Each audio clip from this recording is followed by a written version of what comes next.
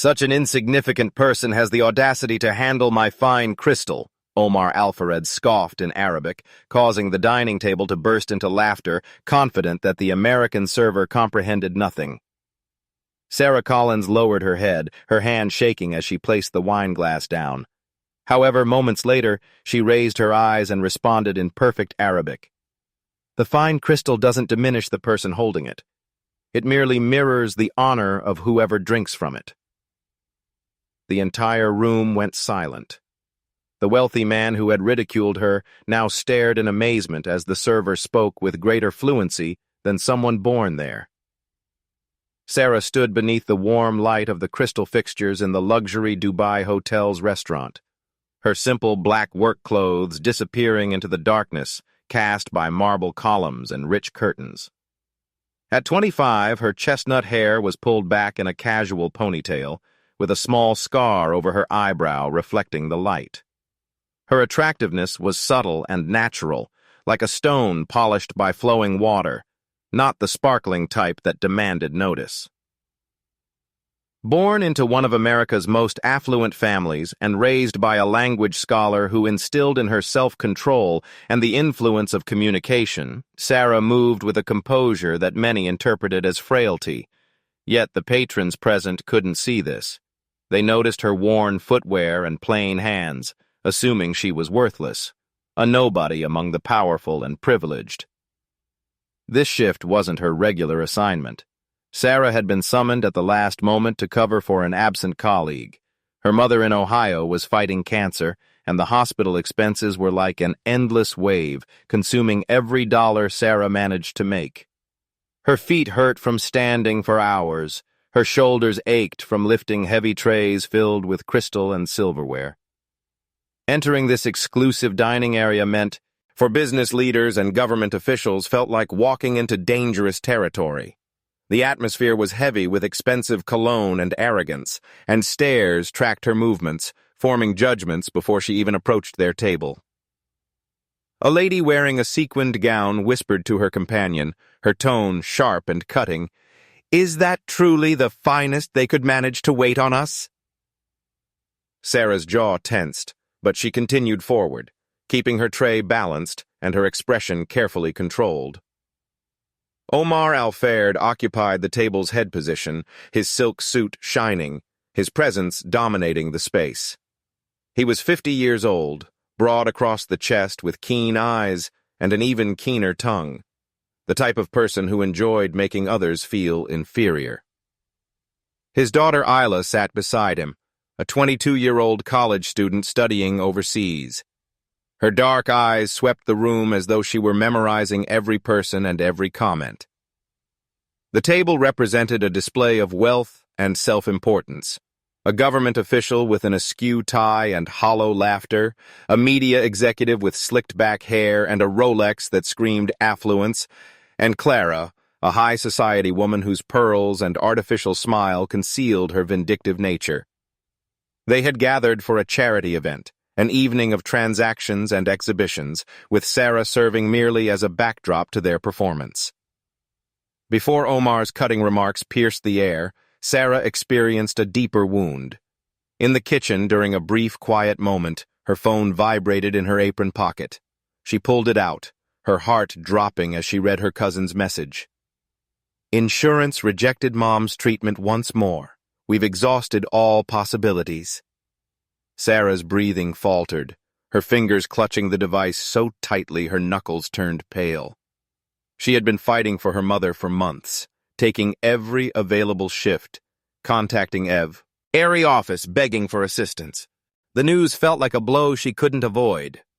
She pushed the phone back into her pocket, cleaned her hands on her apron, and returned to the dining area, her face composed despite the slight trembling in her hands. That's when Omar's voice echoed through the space, his Arabic sharp and mocking, and their laughter struck her like a physical slap. Sarah's serving tray made a soft clinking sound as she set it on a side table, the noise barely heard over the guests' conversation. A man in an expensive suit, his decorative buttons gleaming, leaned back and pointed at her apron, his voice carrying clearly, "Did she create that herself?" It appears to be from a discount store. The table chuckled, heads turning to examine Sarah's plain uniform, the bottom edge slightly worn from excessive washing. She straightened a glass on her tray, her hand steady, though her lips formed a tight line. A woman adorned with diamond earrings joined in, her tone mocking. Perhaps she's saving for something nicer. Best of luck with that on server wages. The laughter increased again, a cruel undertone drawing everyone along. Hila shifted uncomfortably, her fingers stopping on her glass, her eyes glancing at Sarah with mixed feelings of shame and interest. Sarah kept her gaze down, moving to the adjacent table with measured steps, her quiet more powerful than their words. Listen, if this narrative is affecting you deeply, pause for a moment to grab your device. Press that like button. Leave a comment. Perhaps share what this scene reminds you of from your own experiences. And if you desire more stories that feel this authentic, subscribe. It's a small action, but it maintains our connection as we navigate these moments together. Now, let's return to what happened next. The laughter from Omar's remark still echoed when Clara leaned in, her voice sweet yet poisonous. Allowing someone like her to wait on us is already a favor, wouldn't you agree? The table erupted, glasses clinking as if she had delivered the century's greatest joke. Sarah's hand shook as she poured water for the politician, the liquid splashing just enough to reveal her nervousness. She caught Isla's eye briefly. Isla wasn't joining the laughter. Her fingers twisted a napkin, her lips pressed together as though restraining a tempest. Sarah kept her head lowered, positioning a glass with precision, her movements steady despite the tremor in her hands. Omar reclined, his smirk broad, his Arabic cutting like a knife. Look at her struggling as if she's confused in a marketplace. She has no idea where she is. The politician chuckled, his face red from excessive wine, his tie becoming looser. Likely just here for the gratuities, he said, nudging the media executive. The executive, his hair gleaming under the lights, snorted. Tips in that outfit? She's fortunate we permitted her through the entrance. The laughter continued, each guest adding to the cruel chorus that echoed off the marble walls, growing more intense and harsh. A young man in a velvet jacket, his hair perfectly styled, leaned across the table, his voice dripping with sarcasm. I wager she's never visited a place like this before tonight. Observe how she holds that tray like it's her first day. Nearby guests chuckled, their eyes darting to Sarah as she adjusted a plate, her fingers brushing the cutlery. A woman wearing a fur wrap threw her head back, laughing. She likely believes this is the pinnacle of elegance. Poor thing. Sarah's shoulders stiffened, but she didn't pause, moving to refill a water pitcher. Her face remained blank, though her eyes caught the light momentarily, sharp and unwavering. Isla's napkin was now crumpled in her lap, her knuckles white as she gripped it. The room's laughter felt like a tide pulling everyone along except for Sarah, who remained steady against it.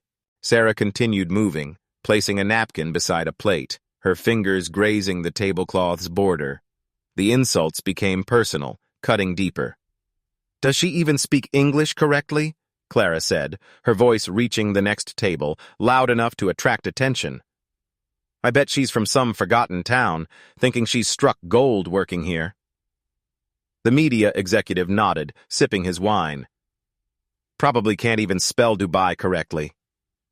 A woman in a red dress at the table's end giggled, her voice high and mocking. Look at her shoes! Did she get them from a second-hand shop? They're practically disintegrating. The room felt colder, the air heavy with their amusement, like pressure on Sarah's chest. Sarah paused, her hands still for the first time. She straightened, her eyes locking with Omar's. The room didn't immediately notice, but Isla did. Her napkin fell to her lap, her breath catching. Sarah's voice was steady, her Arabic so clear it seemed to resonate in the air. The fine crystal doesn't diminish the person holding it. It merely mirrors the honor of whoever drinks from it. The words struck like thunder. The laughter ceased. Omar's smirk disappeared, his face growing pale as if he'd been struck. The politician coughed, his tie suddenly constricting him. A VIP, a woman with a diplomat's pin on her dress, gasped, "She understands Arabic."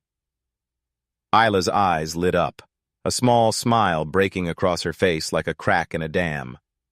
The table fell silent, forks frozen, glasses suspended in midair. Sarah didn't move. She stood there, hands clasped before her, her gaze steady but not challenging.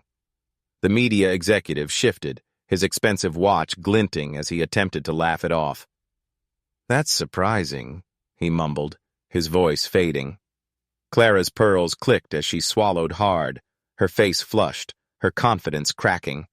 The atmosphere had changed, as if the room was holding it, his breath, anticipating what would happen next. A server from another table, a young woman with a tight bun, hesitated as she passed Sarah, her eyes wide with a mixture of wonder and fear. She whispered something to a coworker who glanced at Sarah and quickly looked away.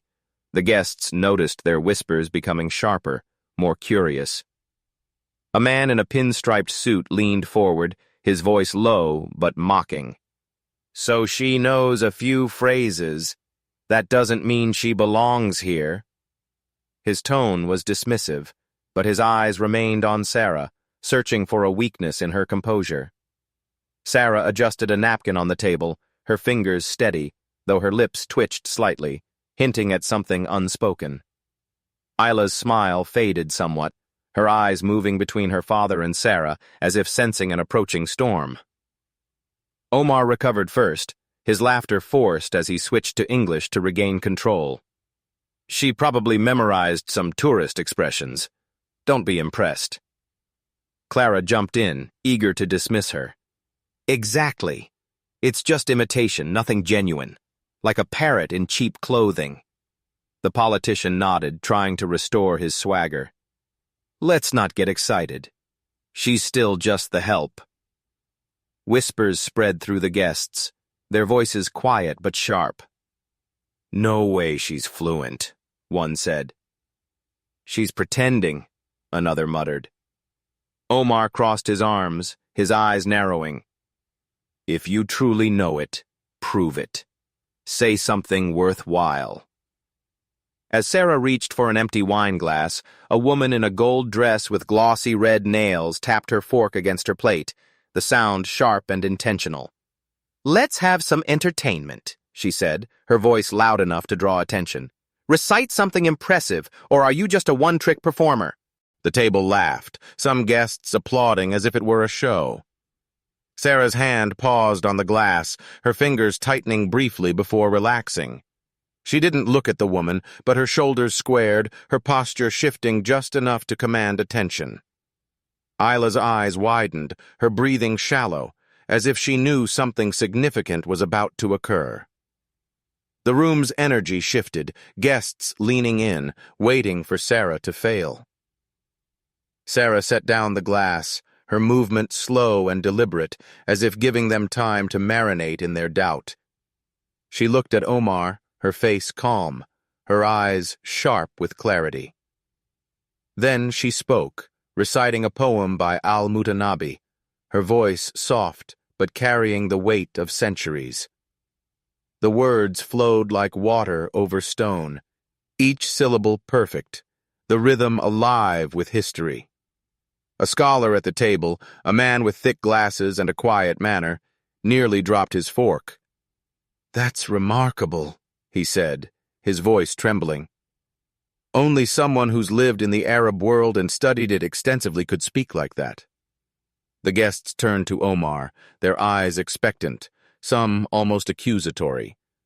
Ela leaned forward, whispering, "Father, she got every word correct." Her voice was soft but clear, cutting through the silence like a blade. Omar's jaw tightened, his fingers drumming the table in a nervous rhythm. Clara's face flushed, her pearls suddenly feeling heavy around her neck. Sarah didn't linger. She moved to the next guest, refilling a water glass, her face unreadable as if she hadn't just turned the room upside down. A man with a neatly trimmed beard and engraved cufflinks leaned back in his chair, his voice dripping with condescension. "Pretty words for a server. I bet she learned it to impress tourists." His comment drew a few chuckles, but they were quieter now, less certain. Sarah's hand paused mid-motion as she set down a pitcher, her eyes flicking to the email, and momentarily before returning to her work. The room watched, waiting for her to respond, but she didn't. She straightened a fork on the table, her movements precise, her silence a barrier they couldn't break. Isla's fingers loosened on her napkin, her eyes locked on Sarah, a quiet strength mirroring her own. Omar wasn't finished.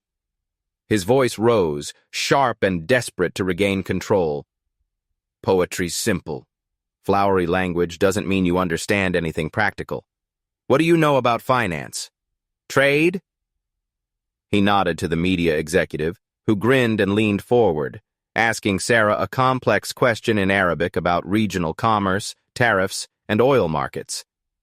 The politician chuckled, muttering, "This will confuse her."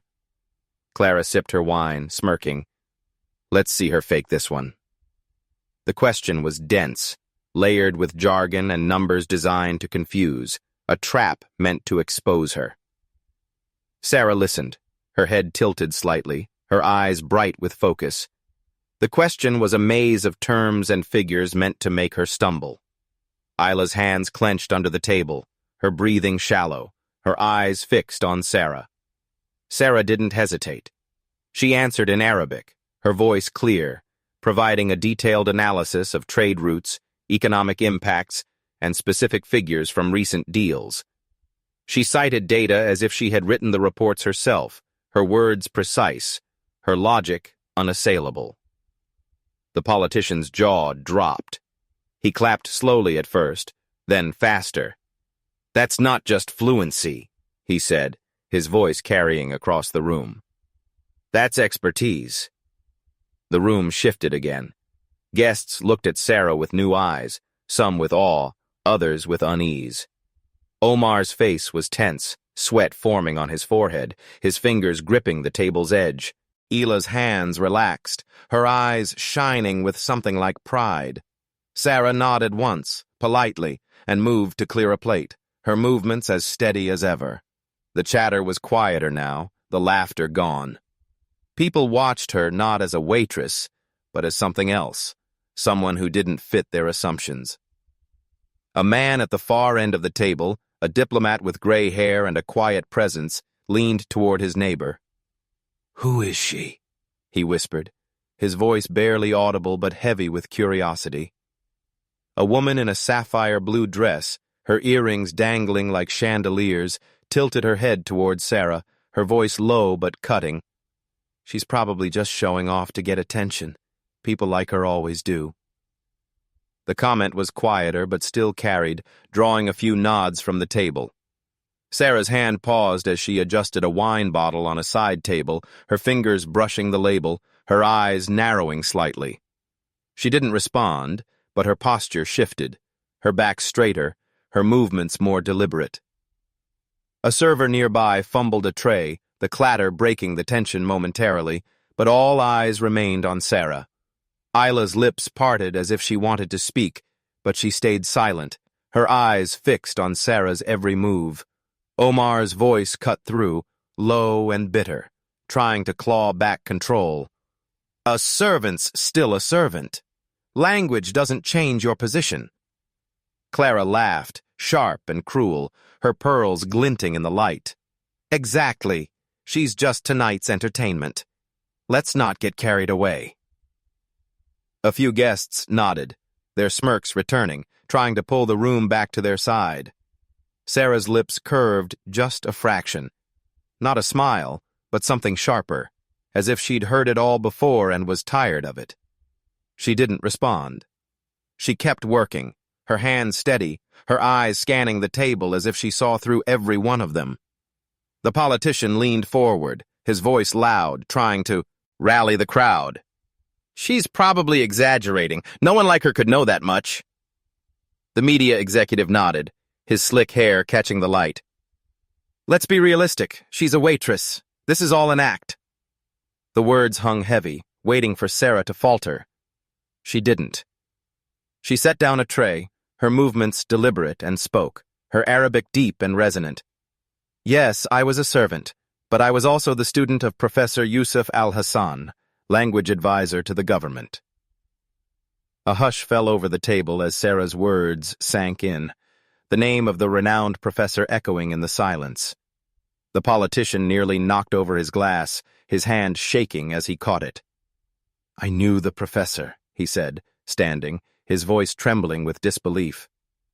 He only accepted the best, the most brilliant students. If she studied with him, she's exceptional. The hall buzzed, heads turning, eyes wide with astonishment. Ela gasped, her hand covering her mouth, her voice a whisper. I can't believe it. Omar's face was pale, his hands gripping the table so hard his knuckles whitened. Sarah didn't look at him. She kept working, her face calm, her hands steady, as if she hadn't just dropped a bomb that shattered the room's assumptions. A guest in a black tuxedo, his diamond watch glinting, cleared his throat, his voice laced with skepticism. Even if she studied with him, she's still here serving us. Doesn't that say enough? His words were meant to sting, to pull the room back to their side, and a few guests murmured in agreement. Sarah's hand paused on a plate, her fingers curling slightly around the dish's edge. She set it down with a soft clink, her face unreadable, but her eyes flicked to the man, sharp and fleeting. Isla's shoulders tensed, her eyes darting between Sarah and the guest, as if bracing for what came next. The room's energy shifted, the mockery faltering under Sarah's quiet strength. The whispers grew louder, the room alive with questions. Who was she? How did she know so much? Omar's voice broke through, shaky but defiant, his pride wounded. If she's so great, why is she working here? A real talent wouldn't lower herself like this. Clara sneered, her pearls glinting as she tilted her head. Exactly.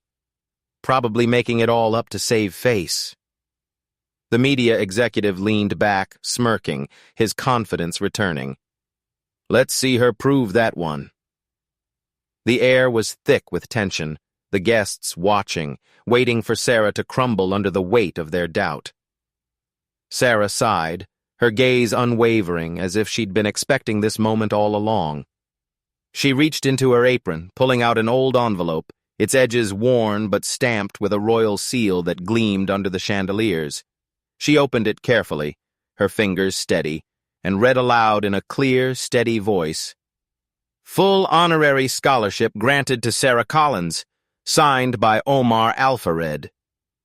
The room gasped, a collective intake of breath that seemed to suck the air from the hall. Omar's face went white, his hands trembling, his eyes wide with shock. Years ago, he'd signed that scholarship, one of hundreds, and forgotten her face, her name, her existence. Sarah looked straight into his eyes, her voice calm but piercing. You forget many, but we never forget you. A woman with a silver clutch, her lips painted bold red, gasped audibly, her hand flying to her chest. She's connected to Alfared, she whispered loud enough for nearby tables to hear. The room's murmurs grew, a wave of shock rolling through the guests. Sarah folded the envelope, her movement slow and deliberate, and slipped it back into her apron. Isla's eyes filled with tears, and she stood, her chair scraping softly against the floor. She crossed the room in a few quick steps, throwing her arms around Sarah, her voice breaking. I'm so sorry, she whispered, her shoulders shaking. Sarah hugged her back, her face soft but firm, her presence steady as a rock. The applause started slowly, a few hesitant claps from the back of the room, then grew into a roar. Guests stood, their faces a mix of shock, admiration, and unease. Omar sat frozen, his world crumbling, his hand still gripping the table as if it were the only thing holding him together. The politician shook his head, muttering, "Unbelievable," his voice barely audible over the clapping. Clara stared at her wine glass, her face red, her pearls suddenly too tight around her neck. The media executive looked away, his smirk gone, his confidence shattered. Sarah stepped back, resuming her work as if nothing had happened, but every eye in the room followed her now. A man in a white suit, his cufflinks catching the light, stood up, his voice loud but unsteady. "This doesn't change who she is tonight. She's still serving us." His words were a desperate grasp at control, but they fell flat, drowned out by the applause. Sarah paused, her hand resting on a chair, her eyes meeting his for a brief moment. She didn't speak, but the tilt of her head, the slight raise of her eyebrow, said everything. The room's energy shifted again, the mockery now a fading echo. Isla wiped her eyes, returning to her seat, her gaze never leaving Sarah, as if seeing her for the first time. The night didn't end there. By morning, the story had spread like wildfire. A guest's shaky phone video of Sarah's reply went viral, racking up millions of views in hours. Comments flooded in, raw and real. She shut him down with pure class. Who is this woman? Omar got what he deserved. The media executive's company dropped him from a major sponsorship deal by noon, his name dragged through the mud online. Clara's social circle turned on her, her invitations to elite events drying up like a desert stream. The politician's smug face was memed across the internet, his blessing comment mocked relentlessly, his campaign ads suddenly pulled from rotation. A week later, a local reporter stopped by the restaurant, her notepad clutched tightly as she approached Sarah during a break. "Miss Collins, your story has inspired so many people," she said, her voice earnest. "Can you tell us what it felt like to stand up to them?" Sarah leaned against the counter, her apron folded over her arm, her eyes distant for a moment. She smiled faintly, her fingers brushing the edge of a coffee cup. "It felt like telling the truth," she said simply, then turned back to her work, leaving the reporter speechless. The restaurant's other servers exchanged glances, their respect for her now unspoken but clear in their nods. Omar faced the worst of it. His company's board called an emergency meeting, and by the end of the week, he was out, his reputation in tatters. No one said Sarah did it. She didn't have to. The truth had done the work, like a tide pulling down everything in its path. Ela came by the restaurant a week later, her eyes red but warm, a small notebook clutched in her hands. "You changed everything," she said, pressing the notebook into Sarah's hand. It was filled with handwritten apologies, each line shaky but sincere. Sarah nodded, slipping it into her pocket without reading it, her face calm but her eyes soft. Years ago, Sarah had sat in a cramped Cairo apartment, her adoptive father, Professor Al-Hassan, teaching her Arabic by candlelight. His voice, rough but kind, echoed in her ears as she walked home that night, the Dubai skyline glowing against the dark. "War is our power, Sarah. Use them wisely." She'd been a child then, absorbing every lesson, every language, every moment of his quiet pride. She carried that now, in her scuffed shoes, her plain uniform, her unyielding strength. The city hummed around her, but she walked alone, her steps steady, her heart heavy but whole.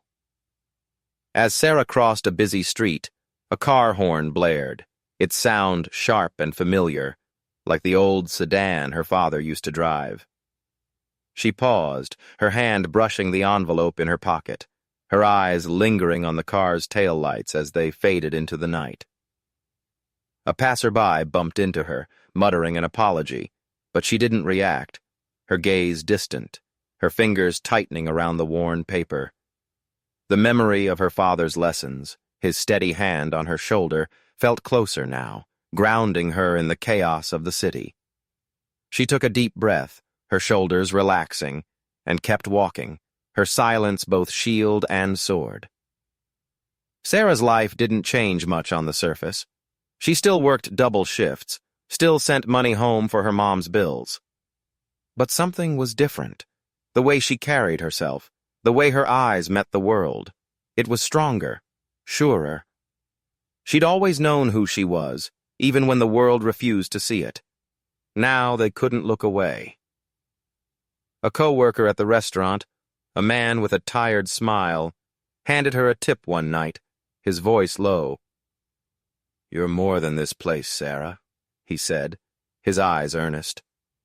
She nodded, tucking the bill into her apron, her face calm, but her eyes bright with something unspoken.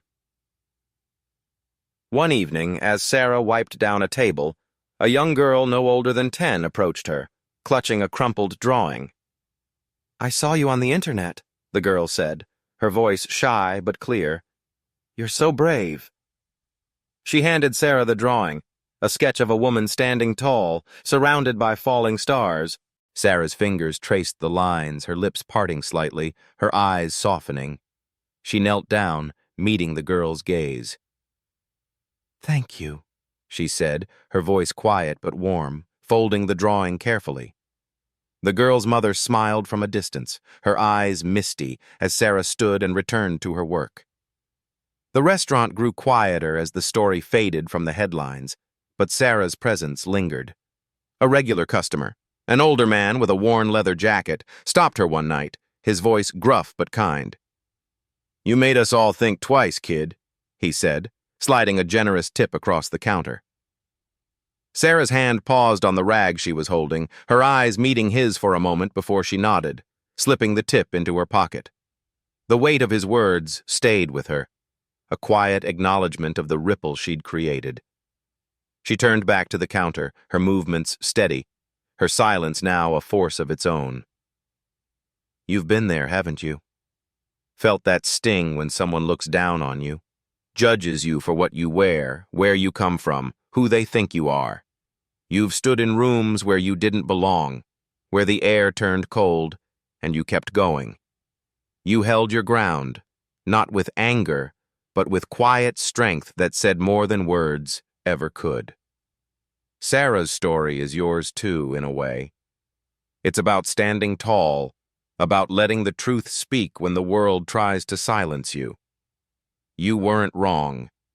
You weren't alone. Where are you watching from? Leave a comment below and hit follow to walk with me through heartbreak, betrayal, and finally healing.